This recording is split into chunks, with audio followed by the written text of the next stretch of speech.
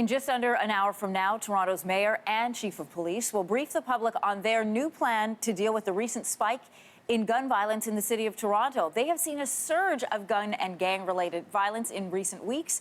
There is a growing call for the city to do something. With more, I'm joined in studio this morning by Ricky Atkinson. He's a former Toronto gang member who uses his voice now to steer vulnerable people away from a life of crime. Good to have you with us this morning. Good to be here.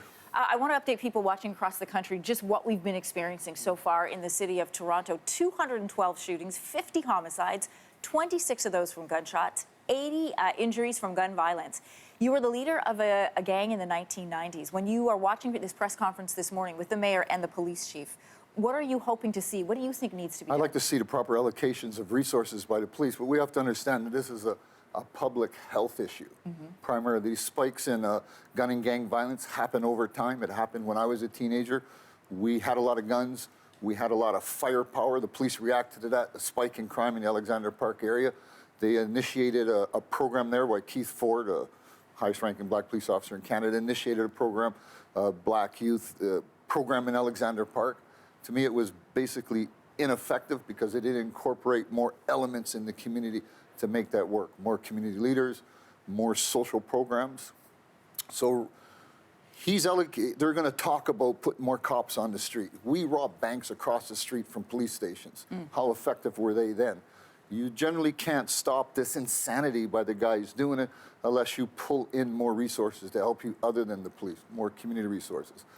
Otherwise, we're working with cops right now in Alexander Park to put on a boxing program to alleviate gun and gang tension in the community. We have a guard willing to fight. We have a cop willing to fight. We have 4 or 5 other cops willing.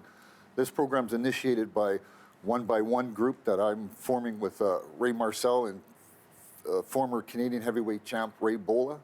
And what it is to address this situation. So by putting on this boxing forum, bringing in cops, bringing in former gangbangers like myself, all working together to help the community is what's needed. We had a guest on recently who said part of the change of what we've seen, the fact that the gun violence has increased, that it's happening earlier times of the day. It isn't just happening in the dark of night, and it's happening in more public areas. He said the new gang members don't fear consequence in this city anymore. We robbed banks across the street from the police station at 11 o'clock in the morning. That negates your point. We did those crimes in public. We did it on a big scale.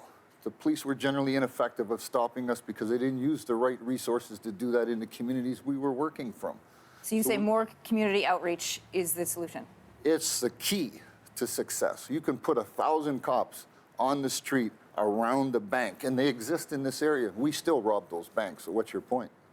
Well, I'm just curious to know what has changed in gun culture in this city that there seems to be such an increase in the last couple of years. Compared to what? You have to compare it to the past. So in my day, when we broke into gun stores, we used to rob gun stores. Think of that. We used to take one gun, go in the gun store to rob them of more guns. Right. In this particular neighborhood, what are you going to do to stop us? How you stop us is you put more cops in the areas that we're working in to identify with the public around us, so the public around us supports the police and makes us least effective. Ricky, I know you're going to be watching this press conference happening at 8 o'clock with both the mayor and the chief of police. I'd be curious to hear about your thoughts afterwards. Thanks so much. Okay, thank you.